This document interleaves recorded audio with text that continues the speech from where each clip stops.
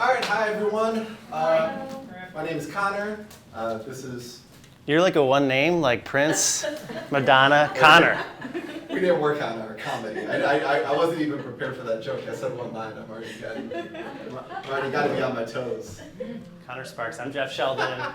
I use he, him pronouns. Yeah, we're both volunteers with Sierra Club here in Chicago, so we're local. Been volunteering for like over 10 years, and we're part of the Chicago Water Team, which is a group of volunteers that are really interested in advocacy or recreation, water, all things water, basically. So the team's been around longer than me. Yeah. Oh, and this was your slide to cover. Sorry, I couldn't. Yeah. I was like, Go for it. I don't know. Yeah, just to give a little bit of background on the water team here in Chicago. There's other groups that work out of Chicago, such as transportation and political groups and things like that. But yeah, we're focused on the health and enjoyment, safety along the Chicago waterways, and also equitable access to safe drinking water. So a lot of our work involves the Great Lakes, Chicago area waterways, invasive species. I'm sure some of you have heard of Asian carp that are coming up along the rivers and possibly into our lakes, but hopefully not. Also work with combined sewer overflows, which is something that we might reference later as CSOs. That's when our pipes basically have too much water flowing into them. It's usually after like a gigantic rainfall or something like that. And as this water is flowing to get treated, if they get too full, then some of that water gets discharged out into the Chicago River. So those are events that can sometimes lead to a polluted Chicago River for a little while. We also hold educational events. Sometimes they have experts, sometimes it's us doing presentations. We also host cleanup events. At Montrose Beach, we do beach cleanup events. And then we've also done cleanup events along the Chicago River itself. And then we also run this water sampling program that we're going to talk about. So yeah, we're going to talk for a little bit, give you some background about our sampling program. Then we're going to take a little bit of time to calibrate the equipment. Then we'll do just another quick talk about exactly how the sampling would have worked if we were out on the waterway itself. And then we're going to actually sample a couple of water samples that Jeff and I brought in. So we set up this program, and it's run through some changes and everything, but we've established some program goals for this community science water sampling program. We're connecting Chicagoans to the region's waterways. We're drawing attention to and fighting pollution and polluting activity. So when we see something, we say something, we shout something at the right decision makers. And then, yeah, bullet point 3 gets to that. So we're educating the public. Hey, we're seeing this out there, educating key stakeholders, pressing environmental issues. And so the tests that we've done that we're going to show you today, this last bullet point here, so we test for dissolved oxygen, temperature, phosphorus, conductivity, and pH. And you'll see that in the cheat sheet that we handed out here. We could be testing for more things. Obviously, you've already talked about other things you can be testing for. The program is pretty much designed based on what the volunteers are capable of. And we can definitely change the program around, like we've talked about sampling for fecal coliform or other things. You sort of need different equipment, and maybe the program would result in like different demanding hours. So whereas these tests, as you'll see, we can do them within an hour. Some of the other tests take, you send stuff to a lab, or you have to drive stuff to a lab and those kind of things. So this is the program that's worked for now, but it's always open to change it around. So that's been one of the great things about it. So here's a map of where we do our sampling. You can see it goes on the south here, down in Lawndale, and then we go up north to Wilmette, the Baha'i temple up there in Wilmette. If anyone's been there, it's a beautiful location. So we go to 11 different sites. We usually do this in 3 groups, so each group usually covers multiple sites when they go out and sample. And yeah, we chose some of these sites working with Sierra Club staff at the time to find some good locations that work for us, not only being able to get to all of the sites ourselves and Also, spreading them out a little bit so we're not too duplicative in the results we're getting. We have had that happen at times where we've been sampling very close together and the results were basically always coming up exactly the same. So, you know, we eliminated a site, moved it a little bit like that, but yeah. And maybe a couple of call outs too is so like the Dam Rich Rowing Center is near a wastewater treatment plant, for example. And you'll see right here, there's like a rowing center, there's a couple recreational facilities. So we're sort of balancing, we're not like going to bust the people at the Water Reclamation District, but we're interested to see what the water looks like coming out of there, especially during stormwater events. And then when we see people getting right on the water at the Dam Rich Rowing Center, or the Ping Tom Park is a really nice boat launch too, like we think it'd be good for the public to know, like, hey, are you getting into clean water, or does this water still need, you know, a little bit of cleanup effort? So yeah, just thought I'd add a little bit more color on why on some of these sites. Yeah, so we are, in talking about those tests, we are going to show you some data that we have from 2024, and hopefully that'll give you a little bit of context as we describe exactly what the tests are, just to show you what some of the results we see are and give that context a little bit. But back in 2024, which is a little ways away at this point, I guess people were a little happier in 2024, maybe. Well, no, okay, yeah, we made it to a point. But yeah, we have 13 volunteers working in our sampling program. We went to 15 different sites, and so we have 124 sets of data back in 2024.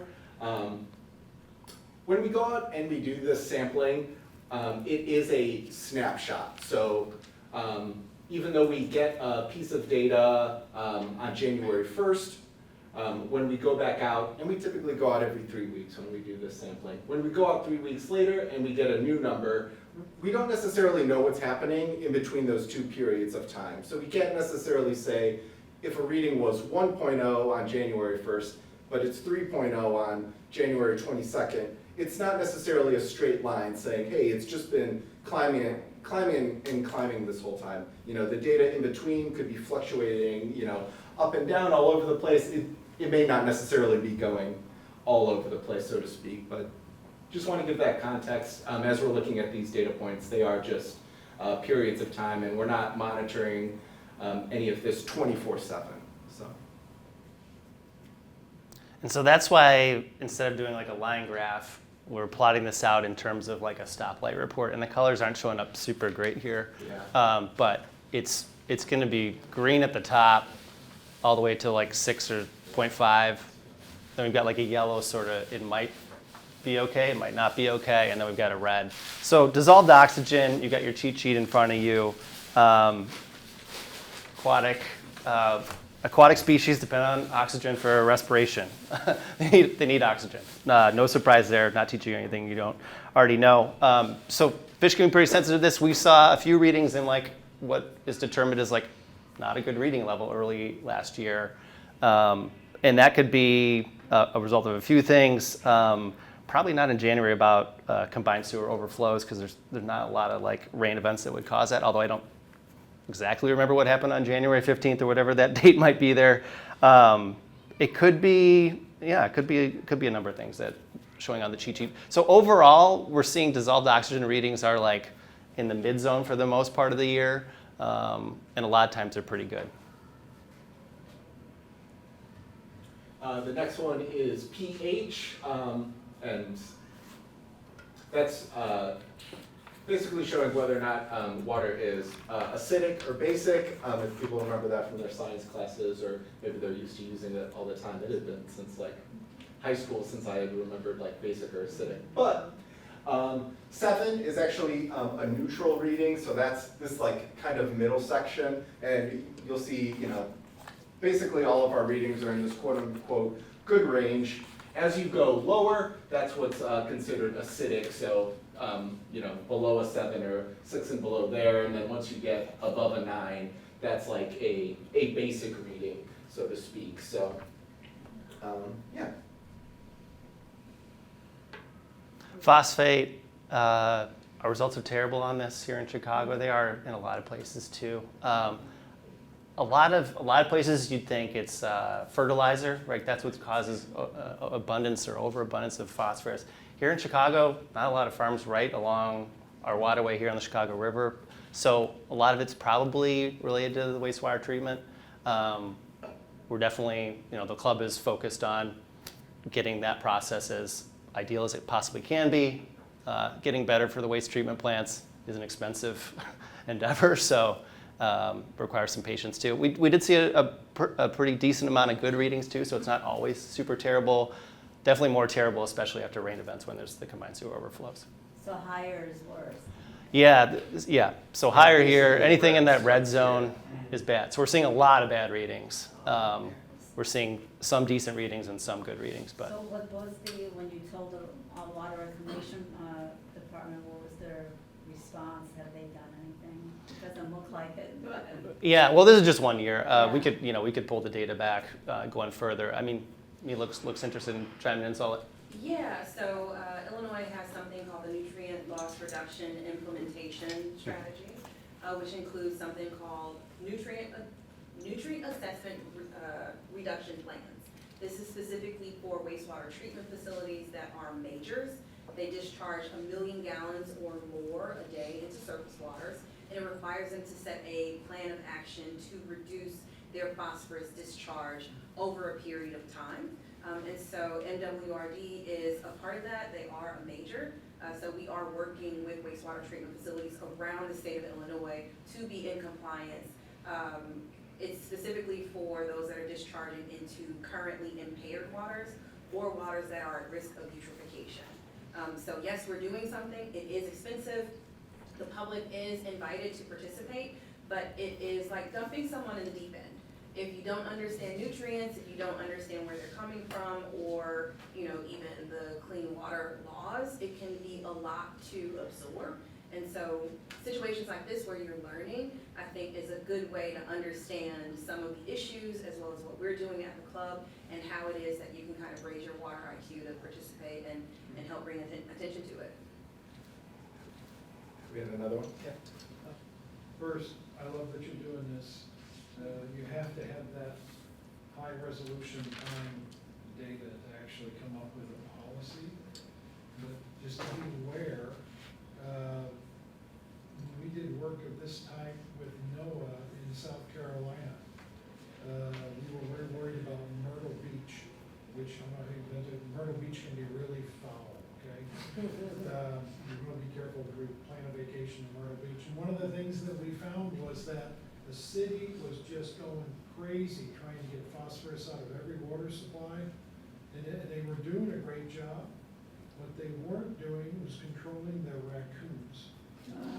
And it turned out Myrtle Beach had over 1 million raccoons in Bowie County. And raccoons like to use sandy beaches as litter boxes. So Noah said, campers, you can see these things coming out of town at night to go to the beach, bury their droppings, and then go back into town. So the phosphate level at the beach was just through the roof all the time. They were having constant beach closures for E. coli and phosphorus. So I can only imagine that where you're at, you've got a significant rat and raccoon population and birds. Yeah. Have you looked into that at all? I haven't even thought about it. So I'm just thinking it through though. On the Chicago River, we're mostly dealing with, downtown steel barriers, really artificial barriers. And there's been a number of big projects to make more natural elements and do green infrastructure. It is mostly from human waste though. Yeah. Right, so Yeah. MWRD manages all of the waste from Cook County. That's about 6 million people. And so it's concentrated and it's directed to the Chicago River. And so that concentration actually just comes from human waste. Yeah. Yeah. I need to change their diets. Which is fair, there might be there are some conversations on what is it that we're consuming, Yeah. what is moving through our system, how is our wastewater treatment facility engineered to handle some of those issues. These facilities were built 100 years ago when the diets that we have and the foodstuffs and the manufacturing, all these things didn't exist. And so it's like science is now kind of playing catch up, or engineering is playing catch up, but it's expensive, requires taxpayers to agree on how to spend their money, and also becoming literate, yes, it could be raccoons and wildlife, it could be our diets, but how do we use this information to make better decisions? could be our laundry detergent. There's like some actually pretty interesting reading about mid-century soap operas named after the laundry detergent companies that were advertising and paying for those soap operas. Turns out they were overloading the detergent with phosphorus, and it then. Is that why they're called soap operas? Yeah, right? Yeah, isn't that funny? Yeah. Yeah. Every day is something. People got a little tired of their waterways bubbling up with soapy detergents and demanded action, and we got the companies to take more phosphorus or some phosphorus, I don't know how much, out of their products. So these are things that when we notice there's a problem, think about the solutions. Things change. They can change. Yeah. Yeah, should we do a quick plug for the Dan Egan book on phosphorus? Oh, yeah. The Devil's Element? Yeah. Is that what it's called? Mhm. Yeah. Mhm. Yeah, so Dan Egan is a writer from Milwaukee. Yeah. And he wrote a whole book on phosphorus. So it's basically a collection of essays, but it gives a lot of information about phosphorus, which you maybe didn't think you needed to read a 250-page book on phosphorus. But I'm sure the Panera that we ate today was very healthy, and we're not going to have any Sure. no issues. So I'm going to talk about conductivity, and that's a measure of the number of ions that are in the water. The more ions that are in there, the more ability there is to conduct electricity. We do usually see conductivity spike in the winter. Does anyone know why we might see a spike in the winter? Road salt. Road salt. Yep, great.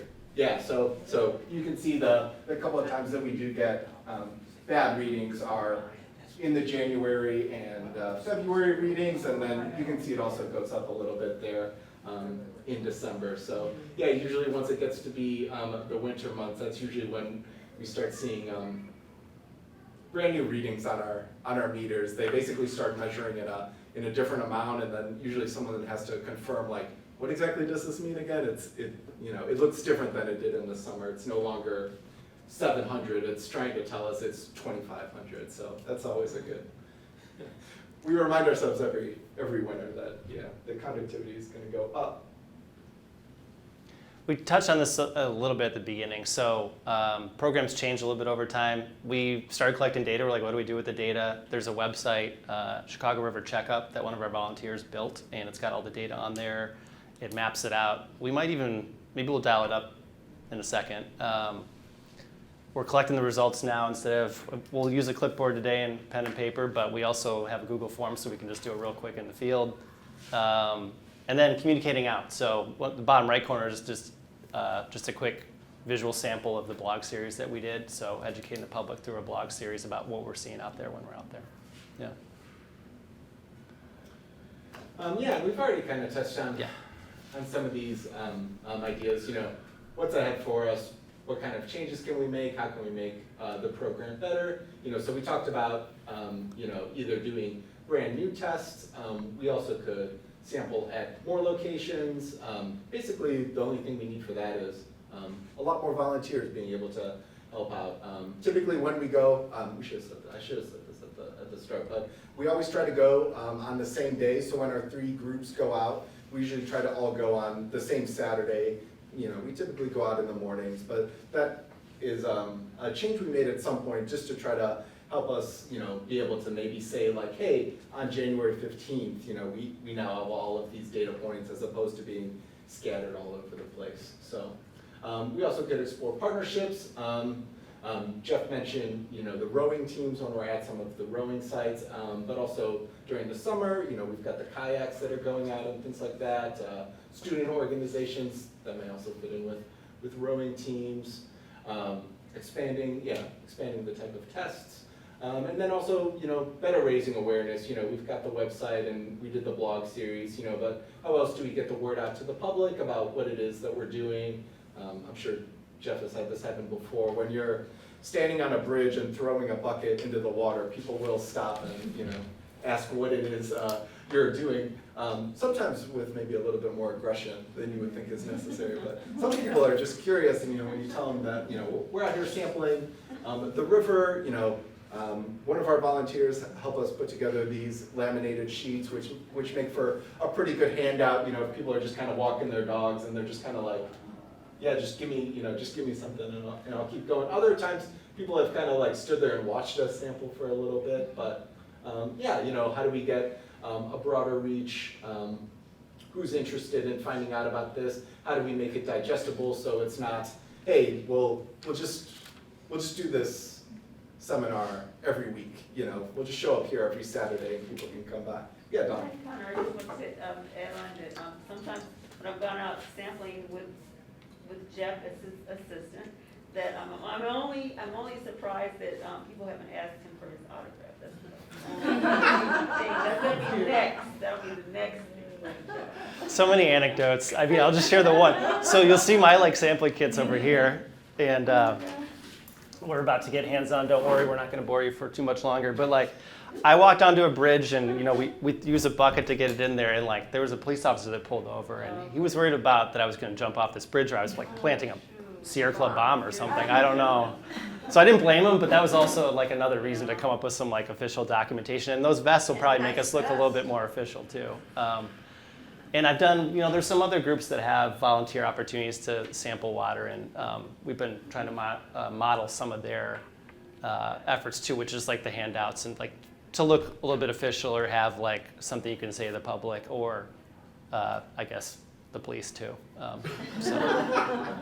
Well, and I mean, I mean, not to get like super weird about it, but you know, I'm a white dude, so I think I was given more trust. But if someone looked a little bit sketchier than me by whose ever perception of that, you know, maybe there would have been a problem. So we don't want that to happen, obviously.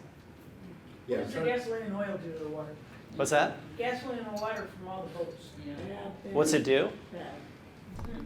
Boy, I don't know. You test for that at all? I don't know. So Illinois does have something called the Clean Marinas Program. It's mostly to help boat owners, marinas and harbors promote, somebody brought it up, disinfectants and cleaning supplies, because that's usually what happens. Some marinas do have gas stations there, and so I know that they have a protocol. If there is a gas spill or oil spill, you're gonna have to communicate. Now, regular boaters that don't know what they're doing, That would be me. I think that people literally just, like, some marinas are just gross. Like, people dump stuff, they don't know how to clean it up, they don't know how to report it, just because they only know how to get on the boat and party. So that is a huge area of tension. We do sit on the Safe Harbor Committee now, so the Clean Water Team has a position. We're on the Environmental Committee, so that's something that we'll be looking into, is how do we help some of these marinas become clean marinas? How do you help boaters become water allies? Because just because they enjoy being on the water doesn't know that they know that they're causing harm to it with their recreational habits. But yeah, great question. Is there a way to test for it? Well, you can see it. Water, gas, or oils in the water? Well, it's on top of it, so you definitely can see if there's been a spill. Yeah. But Where does right it go? now, Where does it go? it stays on top and moves around, like the. Looks like a rainbow sheen. Yeah. St. Louis. Yeah, it doesn't, Where does yeah. it go after a while? Just goes to your neighbors or what? Sorry, this is one of the classes I teach. Okay. Oh, cool. Thank you, Dr. Cass. All right, thank God.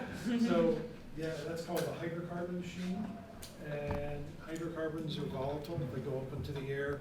So about 99.5% of all spilled gasoline ends up in the atmosphere within about 8 hours. And a little bit of it will stick onto the sediment, and a smaller fraction might end up inside, some heavier parts might end up inside fatty tissues and fish. So every now and then you'll hear somebody say something like, I caught a catfish and it tasted oily, right? Tasted like oil. That's because it had oil in it. But most of it goes up into the air. The very oil quickly. goes up too? A surprising amount of like if you had an oil spill, like motor oil, about 60% of that goes up in the air, and a lot of the rest of it ends up turning into something like tar that will eventually sink. That doesn't mean it's gone, it just sinks, and then you don't see it anymore. Doesn't mean it's gone, it's just. Like the Exxon Valdez oil spill or Yeah, one of it's those. down there with the catfish.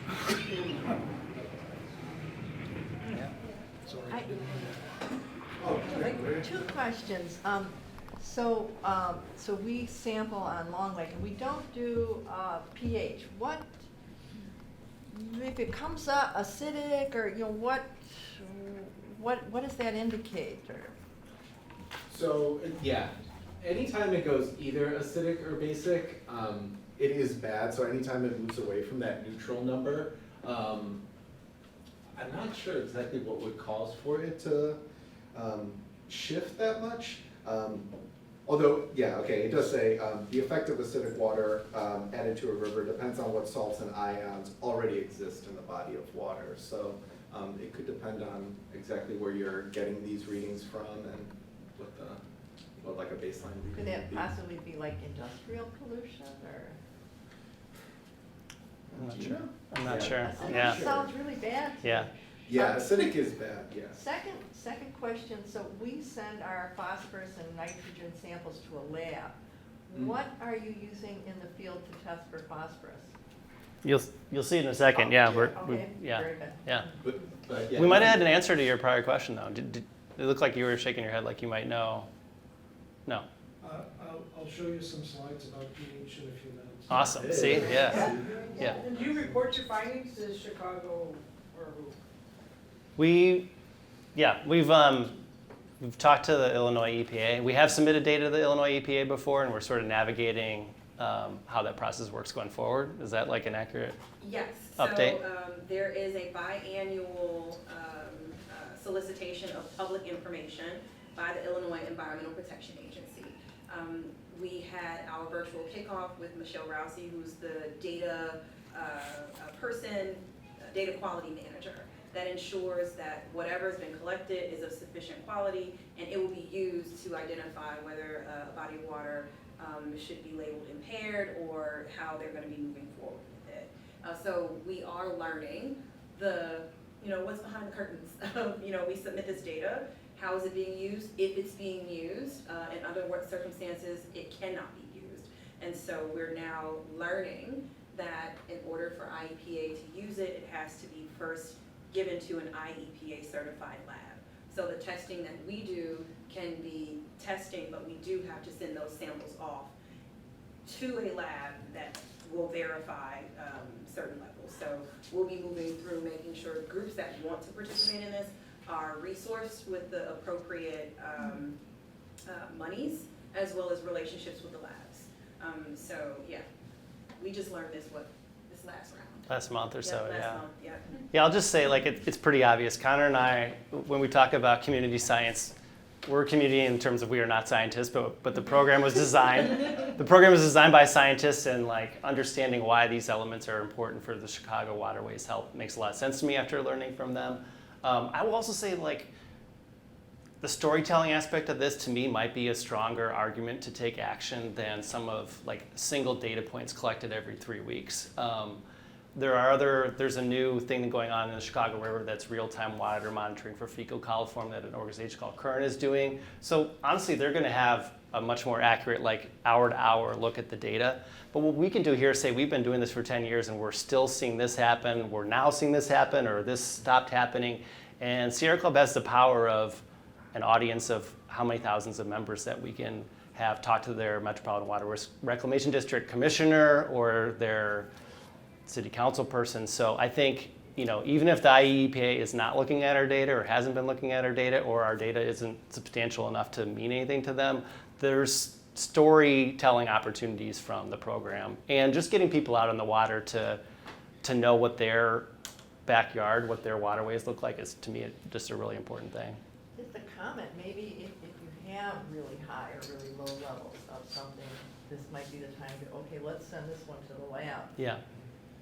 I do want to add that storytelling part, and yes, you're right. I think there's a process that we can even think about, like at what point do we need to have third-party IEPA labs just so that we can move it forward. But before Current had their data, which is updated every 15 minutes, like real time, it's absolutely amazing.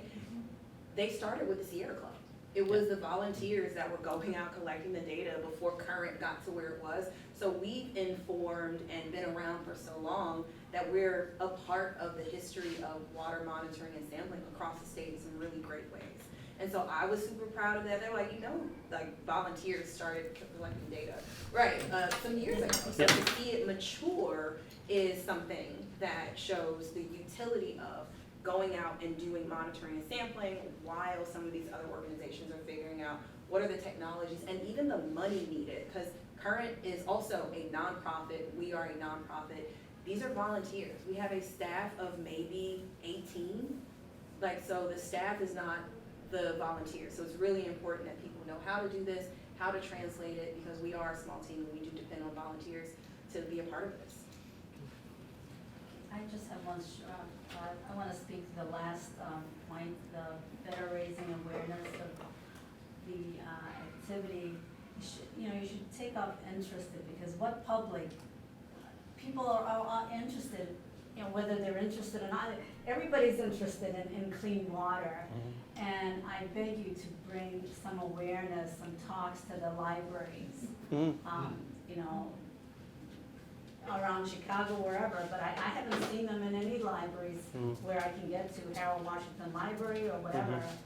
I would love to see regular science talks that affect the public directly on the food and water. I mean, who can go without water? Like, come on. Yeah. Whether you're interested or not, you're gonna have to drink some water. Yeah. And it really starts with the younger people, of course, high school or university students that want to practice their skills and, talking to the public and their knowledge, because you can't talk to the public without at least a little bit of knowledge. Yeah. And it should be, like I said, regular, otherwise if it's once every 6 months, it doesn't do any good. It's once a month or once a week, whatever you can get the new students, or old people like me, whatever. I think it's great, yeah. Yeah. Just to touch on that too, there is this thing in New York where there's this group that they take it to pubs. So Yeah. they drink there and they have a science talk about the Cool. environment. I used to run one of those. Breweries really care about clean Yeah, water. because So, everybody likes to drink and listen to stuff. Yeah, I was gonna Yeah. say, like it or not, you have to drink some water, would be like a good tagline we could start using. Oh, there you go, yeah. T-shirts or something, Yeah. Sierra Club water team, like it or not, you gotta drink water. So we're fortunate here in Chicago that our drinking water source is Lake Michigan, which is pretty great, and they're pulling the water in. For the time being.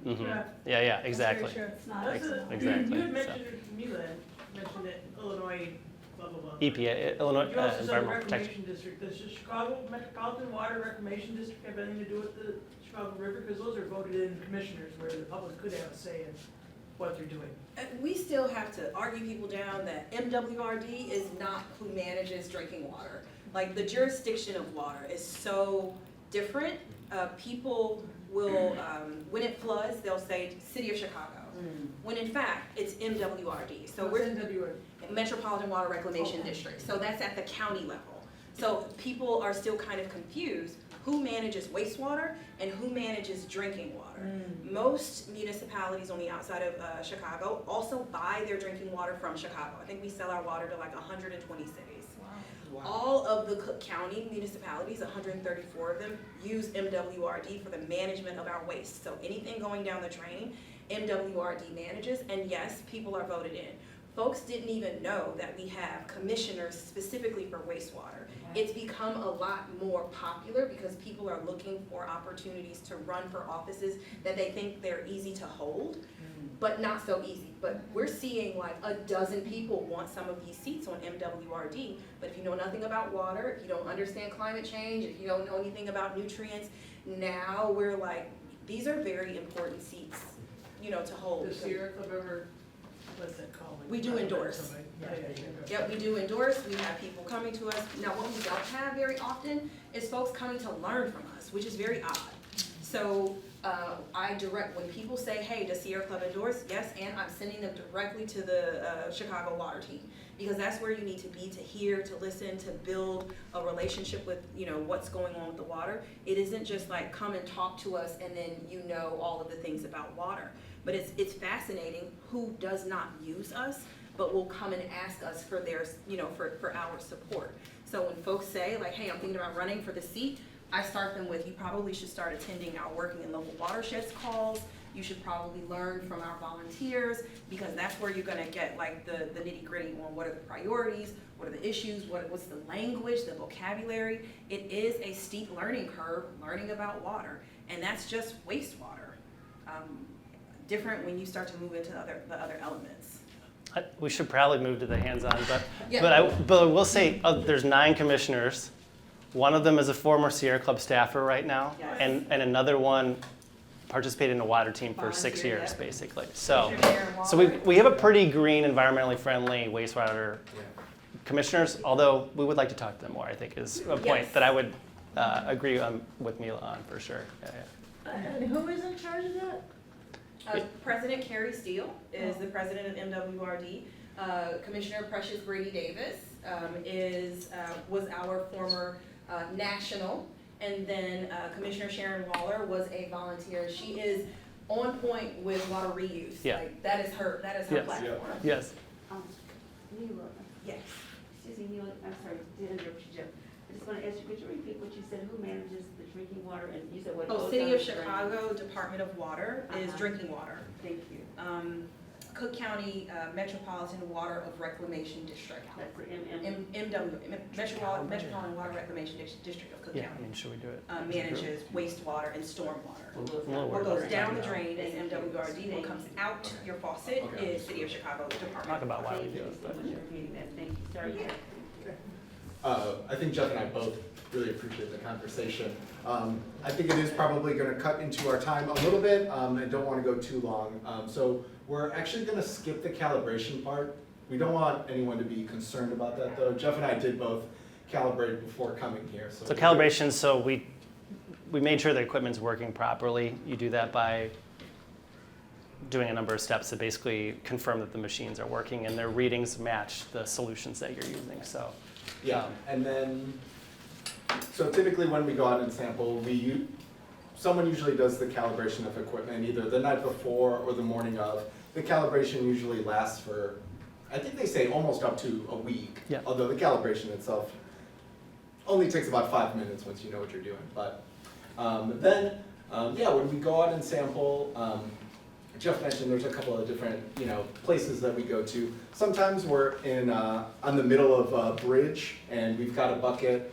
We throw the bucket over the bridge into the river, we pull it up. We basically do like a slosh of the water just to clean out the bucket, and then we do a second throw, retrieve a bucket of water that we're actually gonna sample. As we're pulling up the bucket, we're trying to do it slowly so the water isn't sloshing around too much. That actually is like folding in oxygen as it goes. So we're trying to bring it up steadily, get it over the bridge and onto a spot. We typically do the sampling as soon as we pull up the water. Jeff stopped at the North Avenue Bridge to get his sample. I actually walked out back here around lunchtime and got our sample. Sitting out could possibly change the results a little bit, just as a little bit of a heads up. The more oxygen that floats in and things like that. But yeah, we're still going to go ahead and sample what we've got, and we can do a little bit of a comparison between the two groups. So if we could have 3 people up at the front table, and then we'll do 3 people at the back table, and yeah. We'll go through the 5 tests that we do. This is distilled water, which we're going to use to clean off the equipment a little bit. Especially if we were going from one site to another site, we'd want to clean it off a little bit just to not cross-contaminate, so to speak. So I'm going to start with the easiest test. We actually didn't even talk about this when we were talking about our data, but temperature is actually something that we do measure. When water is either unnaturally warm or unnaturally cold, that can affect aquatic life and things like that. So, okay. Are we using both of these or just We're going to use all 4 of these. Which test you want to do? We have to do all of them, but you can pick whichever one you want to start with. play with the rope? And so this one. Okay, you want to do this one? Let's do this one. Awesome. And Okay. Yeah, so dissolved oxygen. So that's one where we're going to do some actual readings of like the oxygen levels in the water. What we're going to do with the dissolved oxygen test, we're going to take 25 milliliters of water. What you're going to do is you're going to take one of those ampules out, Got one. and I'm going to have you're going to break the ampule in the bottom of that jar. So you're going to like take the tip here kind of put it in the corner and do like a snap. And when you snap, that like the tip of the ampule is gonna break. Okay, and if you like kind of just lightly toss it back and forth, but yeah, just be careful of the glass. And you'll see like it's already turned blue, right? Right. So that's because of it mixing with, yeah, it's mixing with that yellow liquid. Wow. So we're gonna let this sit for about 2 minutes. So lay you can it just here? drop it down. Yep, it'll be fine. And then we're actually gonna compare it to this array, Oh my and we're gonna take a look gosh. at the color. So it's more so down to here because as you move up towards the Yep. smaller numbers, it's So- lighter. Yep. But when you go to the higher numbers, it's darker. Correct. So somewhere between More subjective and more 8, 10, 10, 12, 10, 12. physical. It's really dark. It looks darker than 12. Looks dark. Yeah, it looks darker than 12. I was gonna say, it looks All right, Don, let's get, Okay, let's so get here we going. go. Open it up. Yeah, I can see it. Yeah. Okay. You can almost go to the top and then just drip out a little bit. Okay, I was let's thinking, see. Oh, shoot, as I opposed to. Okay, I gotta go to this line, I Yeah. think. Okay, I see 25. What Dawn's actually going to do is she's going to put 2 drops of phosphate activator solution into the river water, and she's going to mix that a little bit, and then we're going to break the ampule and basically do the exact same thing. But in this case, Dawn's using those drops to kind of add the scientific liquid. So just set it down, and we're going to let it sit for about 2 minutes. So Dawn's got this array to look at, so she can go from 10 to 1 here. But the thing that she's holding right there actually goes from 1 to 0. Okay. So if we think it's below this 1, like if there's no like little bit of blue in it, there's no shading to it, what we're gonna have Dawn do is she's gonna drop it in the middle. Sorry, can you flip it around, Dawn? Yeah, so there's like a little container there, perfectly fits the ampule, and you can kind of hold it up and kind of scroll it around a little bit, and then you're comparing it to those bottom readings at the bottom to Wow. see exactly what the results is going to be. Interesting. I think it's below 1. Yeah. I would Oh, think. wow. It Yeah, looks you like can it see is. that's pretty clear. So Okay. yeah, all right, Don. Yeah, we'll do the flat side like this, Don. But Oh, yeah, thank we'll just you. make sure to. Oh my God, I Let's have just to keep it now- up. Let's just keep it up though. Wow. Okay. Well, that's really Well, I've clear. never done this one. That's really clear. It could be like this, well, yeah, I could say like this one or the one next to it, like the lowest 2, I Okay. think. Yeah. So that's a 0 and a 0.1. So you can see that's really clear. So yeah, phosphate. 0 down there. That's good. Yeah. So like conductivity is the one that goes really high when there's like a lot of like salt. Ah. So, yeah. So go ahead and just dip that in the water. I'll ask you Yep, right there. Okay, and you're gonna see up at the top, there's gonna be like a check mark that appears. And what does it say? Blinking, the check, now stop blinking, it's stable. Yep. 290, is this Yep. right? 290 is the top number? Yeah. And now at the bottom, You got it. is that a decimal at the bottom, is it 2.37 or do they say? No, so it's just the It's just the 290. 290. Yeah, that bottom number is actually doing temperature. Okay. Yeah, but yeah, 290 is the conductivity. So, yeah, that's it.